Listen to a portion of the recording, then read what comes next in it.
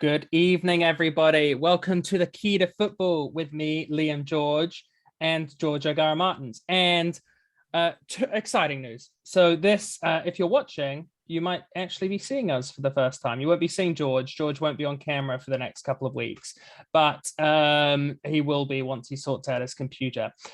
So we are coming live from YouTube today.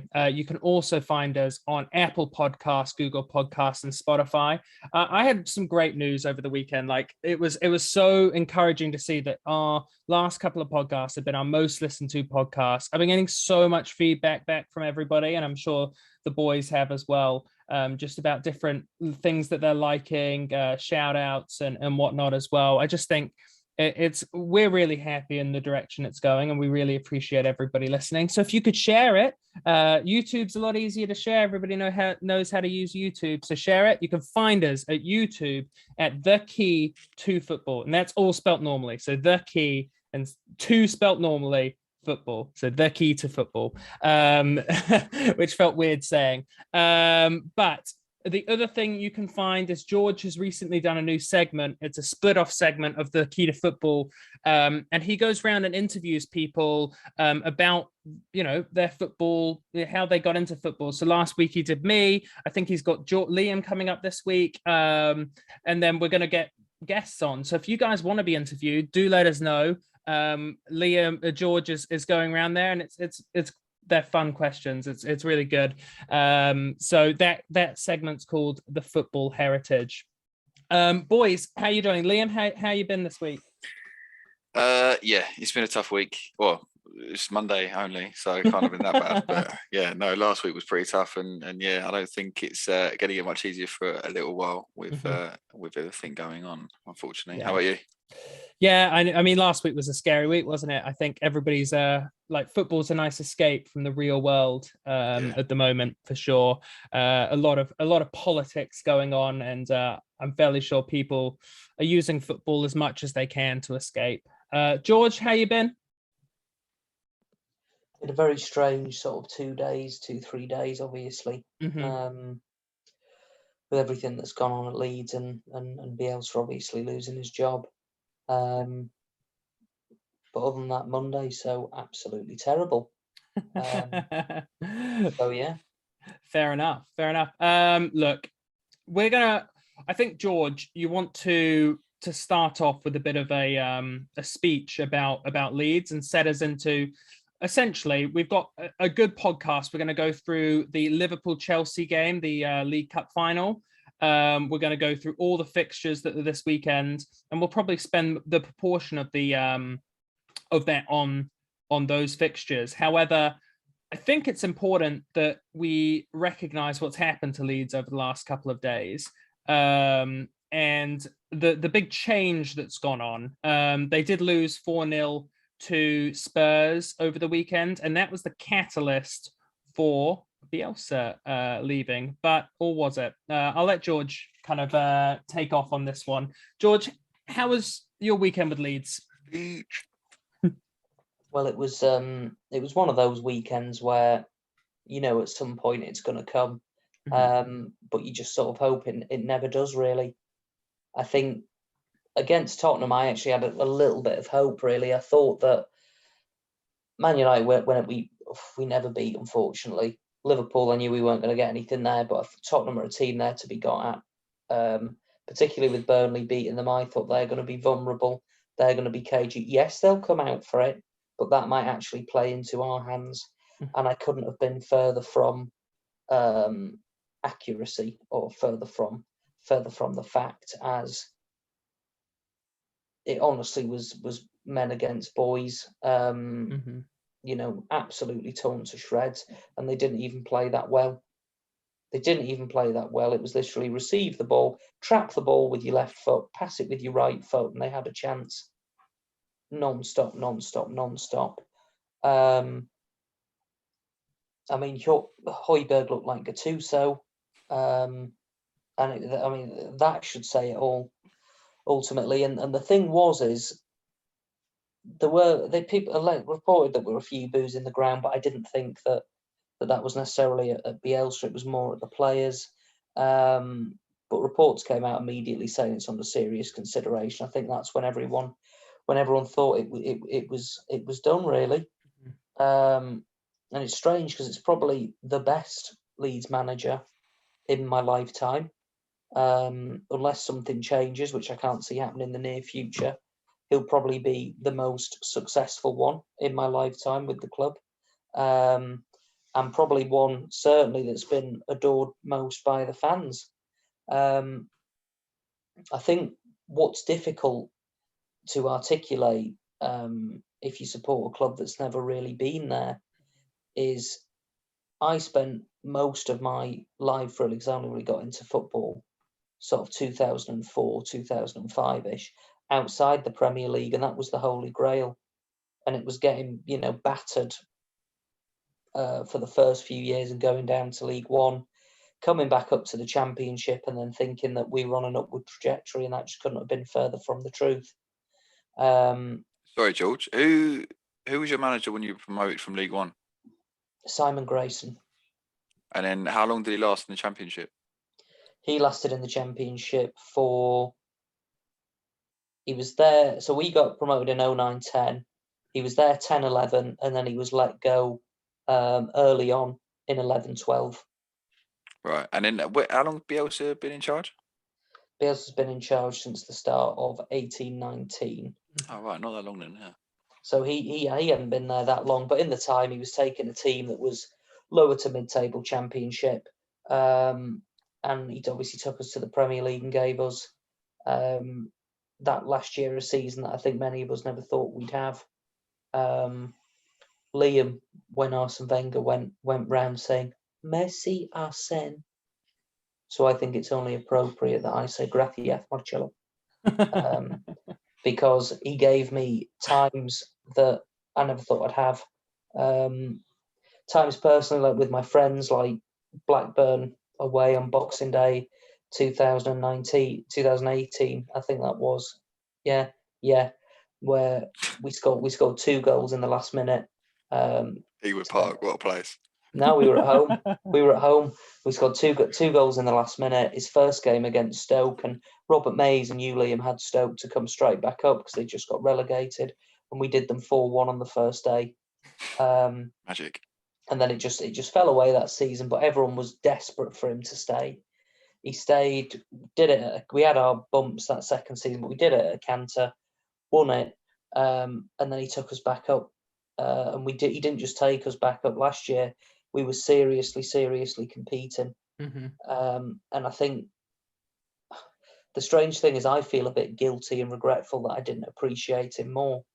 Liam obviously knows me relatively well. Mays knows what I'm like. I always take the view that sport is about competing. And that's why I like Mourinho so much, because he flies in the face of all this naivety. But I think that Bielsa was that sort of coach, proving that it could work with a group of players with that honest sort of humble approach. Apparently today he pulled up to say his goodbyes in an 11-year-old Seat Leon. And it's just little stuff like that you just like, it just doesn't fit the mold of the current thing, of the current world of football that we're in. What colour was it? I don't know, mate. I've only seen the reports. But ultimately, I'm getting it up. But that's the thing. You're going to name the number plate. Ultimately, he's just done so much for the club and for the city. He's really united everyone, got everyone interested in the football club again, which is obviously good from that business side of it. And a lot of people are obviously very sour about the fact that he's gone, and I am too, because I would have wanted him to go at the end of the season and be given a proper send-off after he kept us up. Now, do I think he would have kept us up? Yes. Just. And I do think we will stay up, just. But I can see as to why the board have come to that conclusion, that they want to move him on now. And they are massively culpable in all of this. I feel like the squad has been neglected for this season completely. The belief that when we lose players and we don't replace them, he'll just work it out and fix it. He's almost mended a rod for his own back in terms of in terms of making that small squad work for him. But you live by the sword, you die by the sword ultimately. And I was annoyed with Mays the other day for saying that when we were getting battered by Liverpool, that was the wake-up call. Wasn't for me. The fixtures that have lost him his job are the draw against Newcastle early on in the season, the defeat against Southampton, the draw against Burnley, the 3-0 battering by Everton, along with losing to Newcastle again. They're the fixtures that have lost him his job. I don't think 6-0 helped though. Yeah, but it doesn't make a difference. It doesn't. But the thing is, it doesn't make a difference. Yeah, but we were always going to lose those games. I think it's the manner though, isn't it? Like it is also it's manner of which you lose. I've just seen. I'm sure we'd probably discussed this on previous ones, but obviously following the weekend, you guys have now conceded 60 goals. Mm-hmm. Yeah, I know. 60. I know. It's almost as if you two don't do podcasts with me. You don't listen to me say that sort of stuff every single week. Amazing. I've not actually heard you mention Leeds once in any of the previous podcasts. They're very funny. I get what you're saying there, Bob, but ultimately we'd lost 6-2 to Man U last year. Arsenal, there was that one where we should have won when Pepe got sent off, and then I think Aubameyang scored a hat-trick against us. This is not something that this season we've started getting battered. We were getting battered last year. The only difference is we lose to you 6-0 and then we go and beat Southampton 3-1. Yeah, that's the next week. But it's the fact that this year we just haven't been picking up the wins. We haven't been picking up the points. And it's just really sad to see him gone. Ideally for me, he would have stayed and he would have been backed properly. And they would have actually gone out and got the players he would have wanted. Or he would have stayed and adapted, but that was never going to happen. So who's your replacement? Jesse Marsh, already been confirmed. Who would your replacement have been?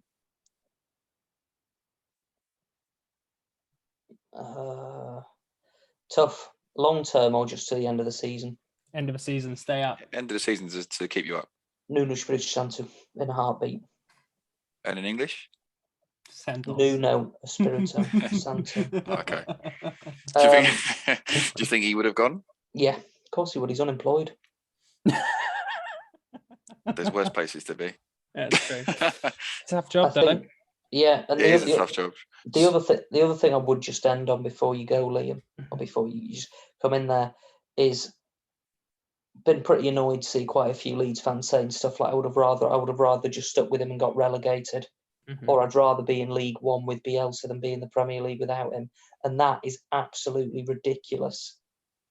Anyone saying that, I think, actually needs to have a word with themselves, because ultimately, as I said at the start, sport is about competing. I would happily have us play like Burnley for the next 4 years and stay up, rather than play like we did with him and just be competing for playoffs in the Championship. Yeah. But I ultimately would. I would have loved him to have stayed. I wanted him to stay, but it just wasn't to be. But I don't think anyone will be forgetting him in a hurry. I think there's going to be some form of statue erected, and rightly so. But I can't really see a manager being as influential and giving me as good a times with my football club as he has done. Yeah, mate. I think you spoke well there. Like Bielsa needed his own little send off, especially from you, because I know you've been not critical in a way that you've wanted him gone, but you've always been critical of Leeds, and you always want to pick on your own team before you pick on others as well. And I think that's rightly said with that. And I think it's going to be interesting without him, because I've always said that Leeds are going to struggle without him, because that team is not built for a normal Premier League manager.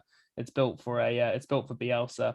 And man-to-man marking. So we'll see what happens. Look, we'll move on. And we're going to go into a big game this weekend that happened. It was Liverpool 0, Chelsea 0 in the League Cup final. And then it went through to extra time. After extra time, it was still 0-0. Now, this might sound like a very boring game. I think there was 4 offside goals disallowed. There was red cards that could have been given, big tackles, little scuffles between Harvey Elliott and Trent Alexander-Arnold and some of their players, and Rudiger. And then in the end, it came down to penalties. And just before the penalties, I think it was 29 minutes into extra time, they subbed off their man of the match, Mendy, who was easily, I think, the man of the match. He was unbelievable. Showed that I think he might be the best keeper in the world right now. And I mean, they subbed him off and brought on Kepa because Kepa has a better record in penalties. And then Kepa didn't save one penalty, 11 penalties in, didn't save one. And then it came up to Kepa's penalty and he misses.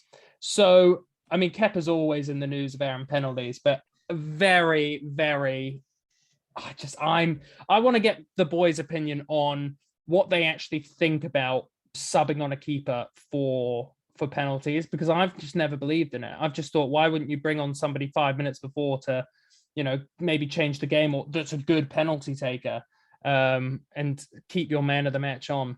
Liam, what did you think? Did you watch the game? Actually, I don't even know if you watched the game. I did watch the game. I think hindsight always wins in this one. I think if you bring him on and he doesn't save a single penalty, he lets 11 past him, and then misses his own, you're gonna say it's probably a bad call. But if he comes in and he saves 5 pens, and well, he wouldn't even save 5 because it'd have been over by then. But he saves all the pens that are hit him. It's an absolute masterpiece from the manager. So I think, yeah, hindsight always wins out on this occasion. Do I personally like to see it? I mean, if you've got a good penalty stopper on the bench that you fully believe is tenfold better than the keeper that's already out there, then yeah. What I don't understand is, are they not having Mendy enough, or are they having Kepa more? That's the part that I was confused about, because like you rightly said, Mendy was on fire, right? And yeah, he'd had a feel with the game. The players hadn't all game hadn't been able to get the ball past him, other than obviously the offside goals. But you're looking in the eyes of a player that for 120 minutes hasn't been able to put it past you. There's a mindset to that, and I always used to think that if I'm taking a penalty, I'm thinking, this guy I haven't been able to beat all day, or he saved 3 of my shots already. That plays in that. So yeah, I don't personally like to see it. I think it's a bad call. But again, hindsight I think always wins out in this situation. Yeah, I get that. I do get that hindsight wins out in that, but I just think the Liverpool players got a bit of a boost from it, to be honest. Like, just some of those penalties, I would never, like, Fabinho is the most clinical finisher ever, and he comes off and he does like the dirty dink. Virgil van Dijk, like, Kepa's standing like really far to one side, I saw this one again today. Virgil van Dijk goes to that side top bin and puts it past him, and I'm just like, I just don't think they would have done. I think Kepa was trying to play way too many mind games. Liverpool fans. Do you know what? Do you know what's absolutely brilliant now that we're on YouTube? Everyone has just seen arrogance personified by Robert Archibald Mays on their screen. So arrogant. Look, you know what? At the end of the day, I don't care. Like that, I don't think it was a good call. I said as soon as he came on, I was like, how much better can you be to bring somebody on that's like that? Like, bring on a better penalty taker. If you're worried, like you had what's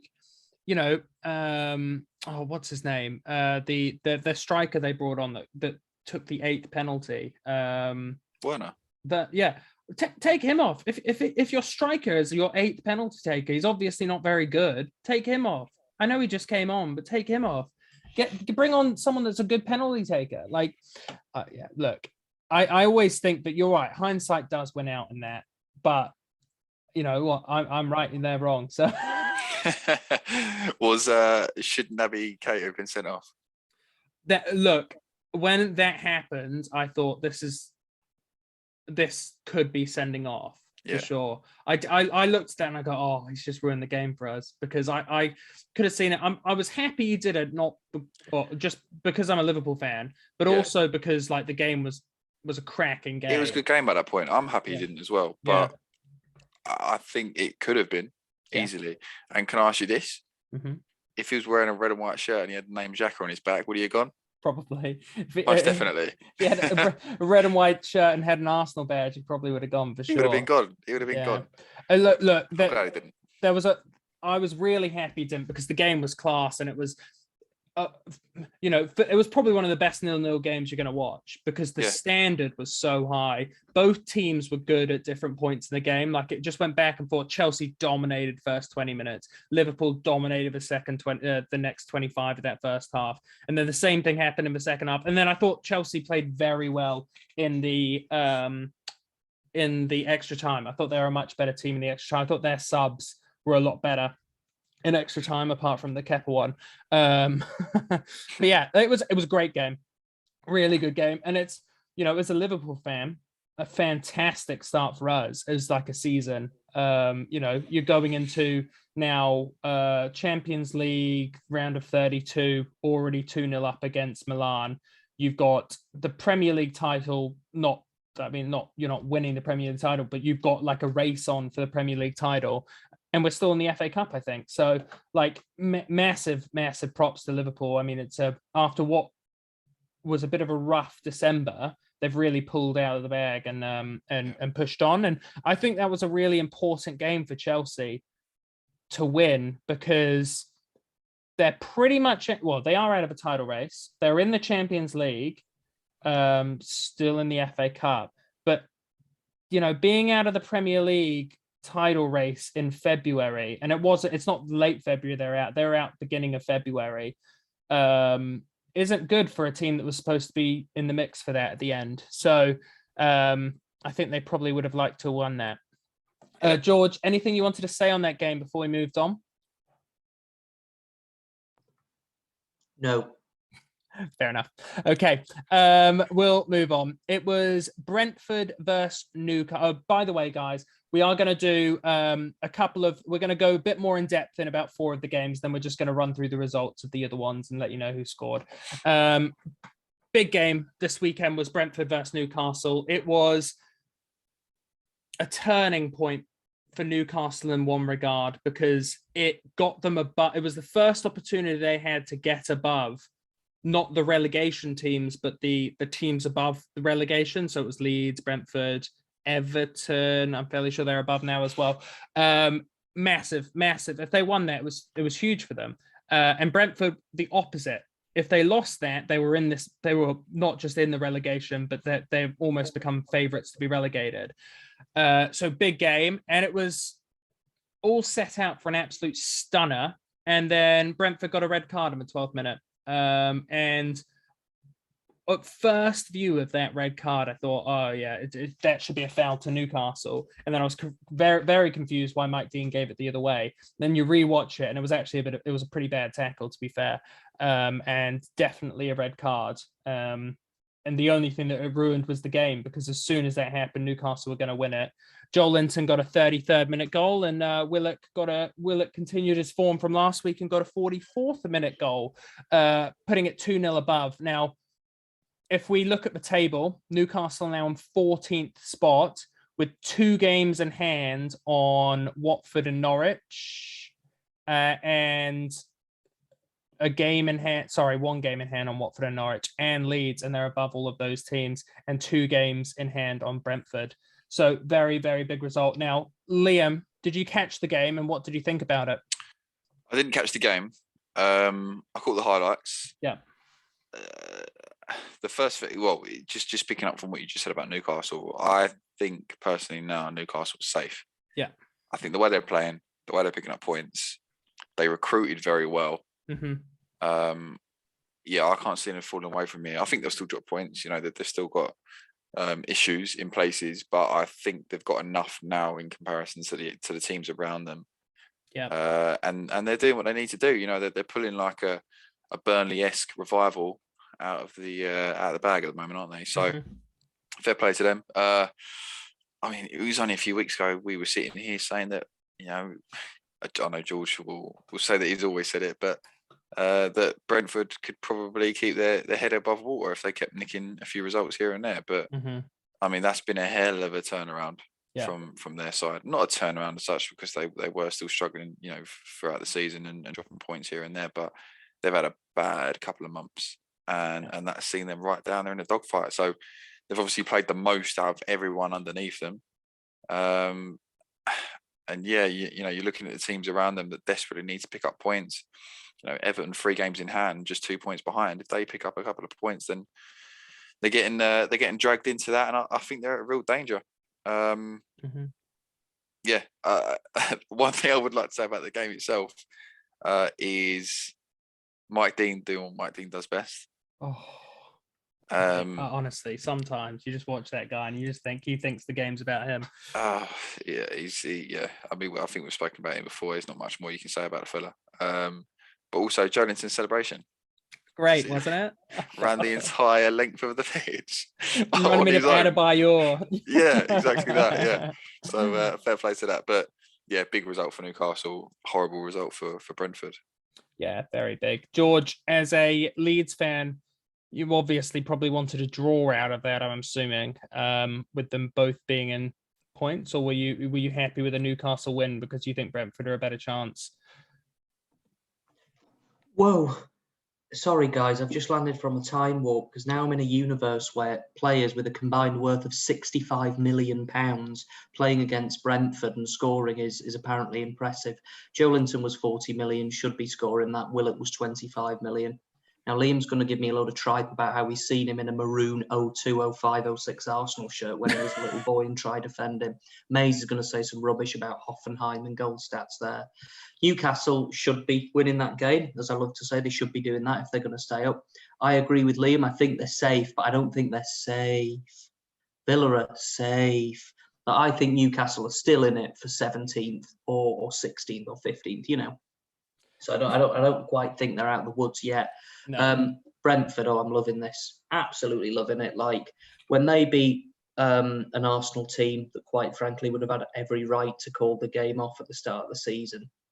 And you, Robert Mays, said that they deserve Champions League based on that performance alone. I was disgusted. Have we got a quote of that? I wish. Hopefully we will. I'll find one. Oh my God. You said that. No, look, but what he did say at work was he said that he's really impressed that Brentford are showing in this capitalist global corporatist world that with the Moneyball theory of buying players like Ollie Watkins and selling them on, they can be successful, and that's the sort of football this is a load of wallop. Is it? It does sound like a little conjured up idea in George's world. I feel like George might be on a bit of a tangent, unfortunately. No, my tangent ultimately is Newcastle should be doing that if they want to stay up. Leeds should be beating them if we want to stay up. Everyone should beat Brentford because they have got, I think, the worst squad in the league. I think Norwich have got a better squad than them. Yeah, they do. So ultimately, yeah. So in answer to your question, I probably would have rather Newcastle won and sacrifice them maybe moving above us just to keep Brentford panicking. Yeah. There's a guy that I play football with on a Saturday, and he said the exact same thing. He said as soon as he knew that Leeds had obviously been beaten, that game to him, he would rather have had Newcastle win because there's more chance of them now growing and getting better and better and securing safety earlier than Brentford. I think Brentford are going to be in the dogfight. So if they picked up points there, I think that would have been more dangerous for Leeds than the other way around. Yeah, for sure. Look, I as like a person that I've actually said Newcastle, I've been feeling Newcastle probably stay up for a while, and I will get the clips for that because I have them. If I was Brentford, Leeds, Everton, Burnley, Watford, Norwich, I wouldn't be looking at Newcastle now saying that that's the team we need to chase. I'd be looking at Brentford saying we're gonna tear these guys down. We're gonna bring these guys right to 90. They'll probably be 19th place by the end of the season. I could honestly imagine Norwich. They're in the worst form of the league, maybe apart from Leeds. And I think Leeds will have enough to turn it around. But it's going to be very interesting, that final battle. And a lot of those teams play each other, which is great. Like Brentford, I think Brentford next couple of games, they play quite a few. I think they play Norwich, Burnley in their next 2 games are Norwich and Burnley. And then they also have Watford before the end of the season and Leeds and Everton. So huge. Yeah, I guess destiny's in their own hands because if they win out all of those games, they will stay up. But destiny's in everybody's hands at the moment because they're still still a lot to go. We'll move on to the next game. Everton 0, City 1. Phil Foden scored in the 82nd minute. Now, I'm going to be very honest here. I didn't message anybody for 80 minutes of that game. And then at 81 minutes, I messaged my Liverpool chat and I said, guys, Everton going to do us a favor here. And then as I sent it, Phil Foden taps it in. And I thought, oh, this is I just got spammed. Everyone was, Bobby, piss off. And yeah, it wasn't great, to be honest. I got a bit of stick for it.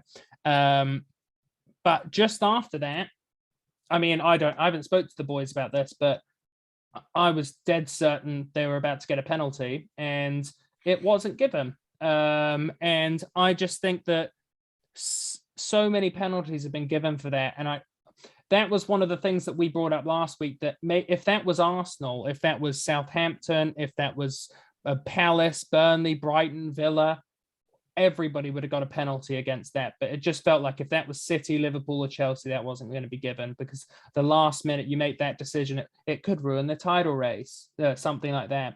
Just think there was so much money on the line that they didn't give that. And it was shambolic in my eyes that was not given as Everton might not have scored the penalty, but still that should have been it should have been given as a penalty. Liam, did you catch it and did you think it was a penalty?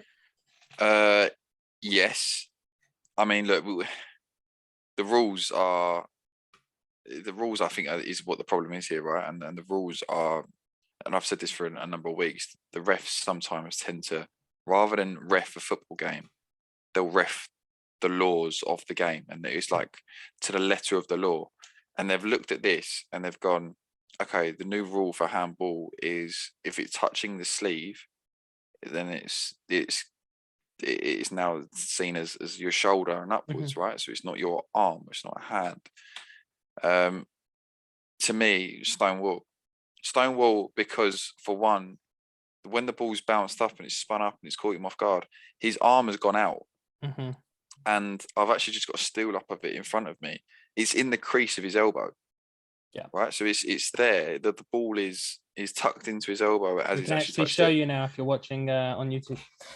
Yeah, exactly. So we can see it, and yeah, I mean it's a handball any day of the week, isn't it? And I think just by the fact that the corner of the ball is touching his shirt suggests that is not a handball. Just proves that what's going on with the rules and what the refs are doing to the rules of the game is just wrong, because it's a point that would have been huge for Everton, and it's also 2 points dropped that would have been huge for the title race. And I don't like to see that. And like I said, I think if that's a lesser team, I think that's given as a handball. If that is Southampton versus Burnley, right?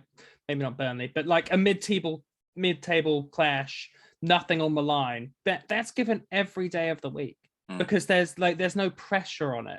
And I get that refereeing is a hard thing to do, and I could never do it because I couldn't deal with that pressure. But that is their job to not look at who's playing. It almost should be just like, it should just be a white, everybody's just wearing white shirts, and it's just like, okay, is that a handball? Like, yes, it is. Okay, well then it's a penalty. And then they find out next week that it was Newcastle that they gave it to, or it was Man City that they gave it to. I've just got another still of the picture up here, right? Yeah. So whilst the very tip of the ball is touching his shirt, the bottom of the ball is actually on the top of his wrist. Yeah, so you're telling me that rolls down a little bit as well. Yeah, you're telling me that the fact that he's pushed his arm towards the ball and it's hit the top of his wrist isn't a handball. It's the weird thing is his arm goes up and then it kind of cradles it a little bit and then goes back down. Looking. He's looking. He's got his arm out. Like it's a motion towards the ball with your arm. The reason why it's not given, as I said, is because it's touched the shirt. But the bottom of the ball is on the top of his wrist. Yeah. Everton have come out and lodged a formal complaint against got straight in the bin, wasn't it? Referees, and then they asked Pep what he thought, and Pep said something along the lines of, "It would have been offside," and it wouldn't have been, but he said it would have been offside. However, it would have been a penalty if it wasn't offside. And I was like, well, it's not really offside. Like it was a playback. It wasn't offside, was it? Yeah, they Yeah. actually as well. They didn't give an offside, Yeah. and in the replay, it's not offside. Yeah, exactly. But Pep came out and said that if it wasn't offside, it should have been a penalty, and I think that's pretty damning. If the opposition man, you never see opposition managers coming out and saying it should be a penalty. George, did you see that handball, and what did you think of it? I didn't think it was a penalty at all. I thought the ref made the right decision. Genuinely don't think it's a penalty. Fair enough. Look, genuinely don't think it's a penalty. I think the fact that the motion of the ball skids and moves, he's misjudged it, and yes, I just don't think it's a penalty at all. What would need to be a penalty? What would a handball need to be then? If the ball's coming up and he's put his arm like what else does it need to be for that to be a handball? Look at this. I've got maize on toast and I'm spreading Liam on top. Of course, it's a penalty, you host. Maize was like, goodness. Fair enough. I'm going to be balanced. I'm chairing a podcast, and Liam was like, get in the bin. I've just actually had a quick look on Zoom where I could boot you from the chat, and it wouldn't let me. Honestly, I said fair enough, and then I thought, actually, no, I'm going to go in. To be honest, there is nothing fair enough about that, by the way. All I'm going to say is something that you both know, is that you need a lot of luck when you win the Premier League or in a title race, and City have got some luck there. Yeah, it's a penalty. It is a penalty, but that can be looked back on when that old statement is harked out of. You always need a lot of luck to win a league, and that can be one of the instances of them getting very, very lucky. I thought they were lucky as well in the goal, not like the actual thing, but I thought Everton defended very valiantly. That's a good point, because that goal was, they were defending valiantly until that was just that unlucky little it was. You know what? You're right. To win a Premier League, you need a bit of luck, and to get relegated, you normally need a bit of unluck, or non-luck, or whatever the phrase. It's amazing how much luck brown envelopes can get you, though, right? Yeah. Investigate me. I saw the Bournemouth. Someone raised the Bournemouth thing yesterday. Like last year or 2 years ago, where Bournemouth got the over the line goal line technology wrong, and then they got relegated from it. And they said an Everton person came out and said, if we get relegated by 1 point, this is our moment, like that. Oh, was that the Villa one? Yeah, the Villa. Oh, was that? No, that was Sheffield, wasn't it? Oh, it's Sheffield. Sorry, Sheffield United. Yeah, that was. Oh God, yeah, what a shambles! What a day for goal line technology not to be working. Yeah, I'm sorry to say this. There are 38 games in a season. If Everton go down by a point, I don't want to hear any of them pointing to that. Because of the handball. But that does just illustrate that what happens if they get the penalty and they miss it, or they get the penalty and they score it, and then City come back and score 2 late goals.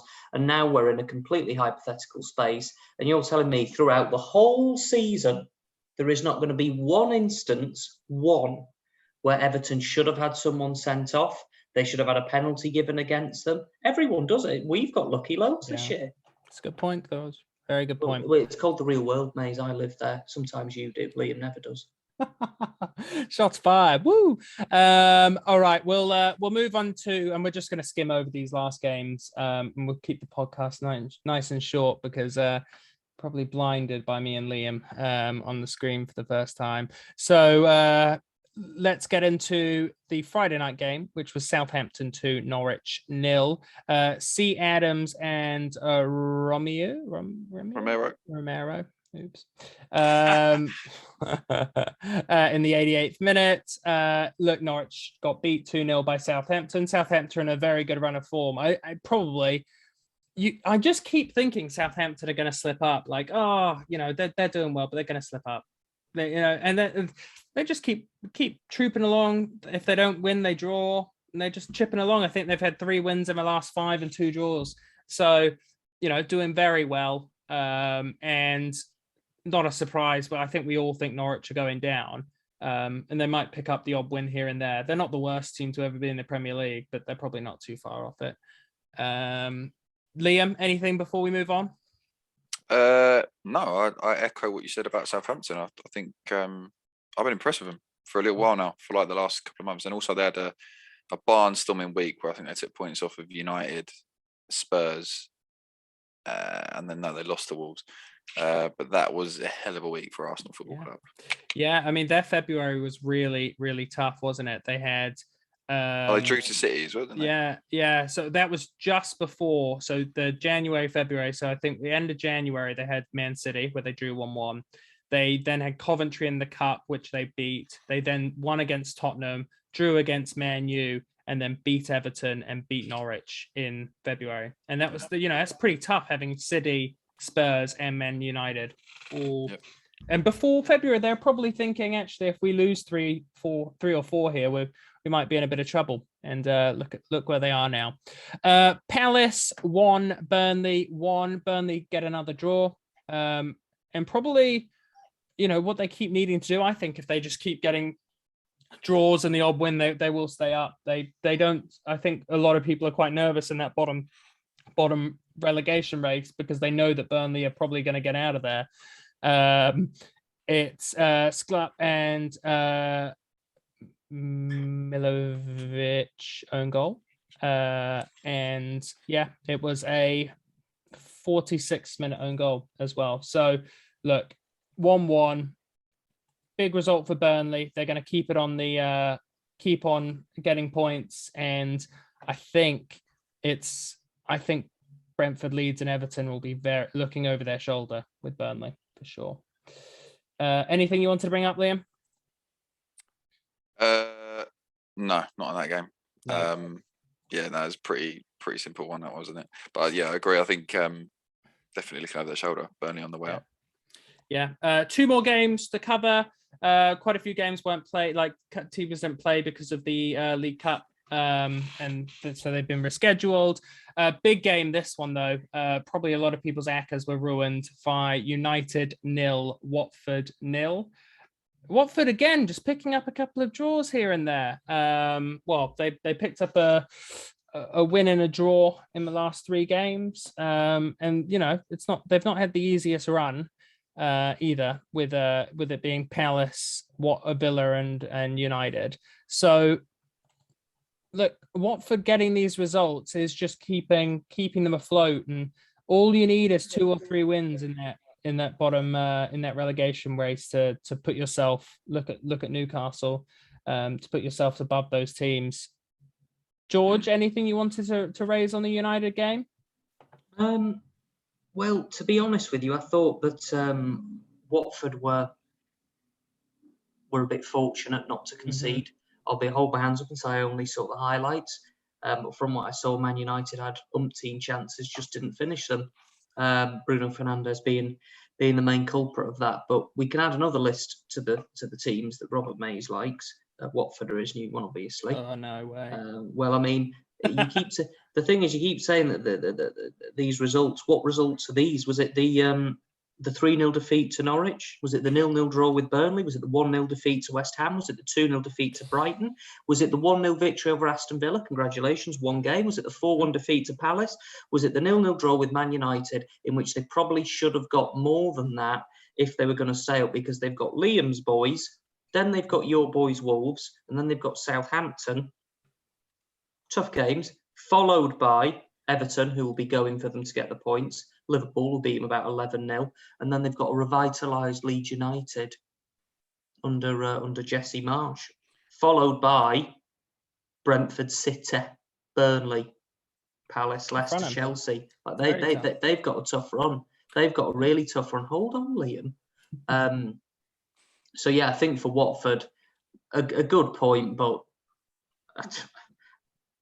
that's all it is. That is just, a little sizzle. A little sizzle in the pan, that's all. Man United, God, they're really not doing themselves any favours, are they? Because they could have had a nice cushion on West Ham, but it's certainly remaining very interesting. Liam, I'll let you fire off. I was just going to say, I don't think George likes Watford. Watford have taken 4 points out of a possible 6 from Manchester United this year. That's good. Right. Let's not forget that. Right. Very Let's good. not forget Oh that. well, hand them. Get Carvin Watford FC on the Premier League trophy now. Don't what, Liam? What about all Runners the other up, teams that they've George. taken? Runners up, all right? What about Not all delusional. what about all the other teams that they've taken 0 from? Yeah, they're obviously they're What's not on the that? best side, but what I did say was out of 3 games they got 4 points. I did skip over the 6 before that. Look, I think Watford are going down, but I think they are keeping it interesting because I just think all those teams are so bad that they're Everyone all gonna lose. remember that, because if Watford get a result, Mays will go, I think they can stay up, but he's just said they're down, so he has to die by that now. Well, actually, George, I feel like you'll remember in my half-year review, which I will get out for you guys, I said that it was going to be Norwich, Watford, and Leeds that were all relegated, and I got a bit of stick for Leeds. So, And rightly so. yeah, Put that in front of you. Leeds. I'll Leeds are put that in. 16th. I'll put it in. Oh, could you remind me who mine are as well, please? You said think it I was said Norwich, Newcastle. Watford, and Newcastle, and Oh, I was no. the only one not to go Newcastle because Oh no, I knew £100 million was going to make a bit of a difference. you're the inside track. Yeah, so we will move on to the last game of the day, and it was Brighton 0, Villa 2. Cash and Watkins got 2 goals for Villa, and they it's essentially won a good game. Now I know what's going to happen here. I'm going to say, George, speak, and then George is going to go, oh, but Potter, Bobby thinks Graham Potter's the best person ever, and then he's also going to say, oh, but he also loves Villa and Steven Gerrard, and well, look, you can't pick both of them here because I like both teams. So there you go. George, what do you think? Matty Cash, the Polish Cafu. What an absolutely brilliant performance by Villa. Needed that. Yeah. Really needed that. Your God King Stevie had landed himself in a bit of trouble with defeats to Newcastle and Watford. Yeah.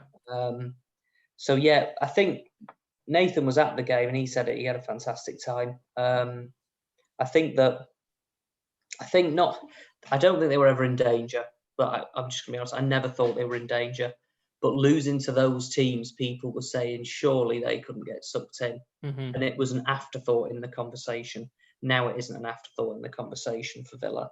I think that they've established themselves now. That they're all but mathematically safe. As for Brighton, what more can I say? They've won 7 games all year, not 17. They've won 7. That's 1 more game than Brentford. So I'm pretty exhausted. I'm just gonna subscribe to tattoo Graham Potter on my forehead now. Exhausted. Liam finishes off. Actually, I've got one more question for you guys after this, but Liam finishes off with a analysis. Yeah, no, big win for Stevie G's men. Yep. I don't know what's happened to Brighton, because Brighton's home form is normally under Sir Graham Potter been pretty strong. So yeah, a little bit surprised by. I think the Burnley result really rocked them. Yeah. I think losing 3-0 at home, I think that's really put the cat amongst the pigeons. Yeah. So yeah, I think that really shocked them, and I think the win for Villa, like George said, I think that's really put to bed the conversation about them getting dragged into the relegation battle. I didn't really see that. I think Stevie's got enough about him being the top class quality tier 1A level manager that he is. Yeah, he is. Cue George. The best manager there is. I look, boys, to finish off, I just want to ask you, normally it's 40 points is what they aim for, but I don't see three of those teams getting 40 points. I don't see Burnley doubling their points from here on out, even though I think they'll stay up. What do you guys think a safe amount is to stay up? Now, I think 35 points will keep you up this year. Yeah, I agree. 35. George, what do you think? This is just going to be stupid. If you said Leeds get this amount, do they stay up? I would say no, we go down in last. But I'm going to be absolutely ludicrous here and say I actually think 30 keeps you up. it's possible. Like these If- teams. If I don't know actually. I think I don't Burnley know. will get it, and I think Everton will get it. So you'd backing on Brentford not getting 6 points. yeah, Fair. I genuinely think they can. Liam, of course they can. There's a game played every week for 3. No, I just I- mean I think they can.